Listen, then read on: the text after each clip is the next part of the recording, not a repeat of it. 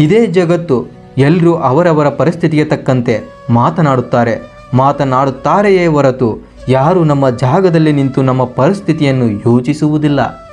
ದೇಹಕ್ಕಾಗಿ ಮೂಡಿದ ಪ್ರೀತಿ ದೇಹದ ದಾಹ ತೀರುವ ತನಕ, ಮನಸ್ಸು ನೋಡಿ ಮೂಡಿದ ಪ್ರೀತಿ ಉಸಿರು ನಿಲ್ಲುವ ತನಕ. ನೀರಲ್ಲಿ ಮುಳುಗಿ ಸತ್ತವರಿಗಿಂತ ಕಣ್ಣೀರಲ್ಲಿ ಮುಳುಗಿ ಸತ್ತವರೇ ಜಾಸ್ತಿ. ವಿಪರೀತ ನೋವು ಕೊಟ್ಟವರು ಅತಿಯಾದ ಪ್ರೀತಿಯನ್ನು ಕೊಟ್ಟವರೇ ಆಗಿರುತ್ತಾರೆ. ವಿಚಿತ್ರವೇನೆಂದರೆ ಸಮಯ ಕಳೆದಂತೆ ಇಲ್ಲಿ ಎಲ್ಲರ ಪ್ರೀತಿಯು ಕಣ್ಮರೆಯಾಗುತ್ತದೆ. ಮುಖ ತೊಳೆಯಲು ಮಳೆ ನೀರು ಸಾಕು, ಮನಸ್ಸನ್ನು ತೊಳೆಯಲು ಕಣ್ಣೀರೇ ಬೇಕು.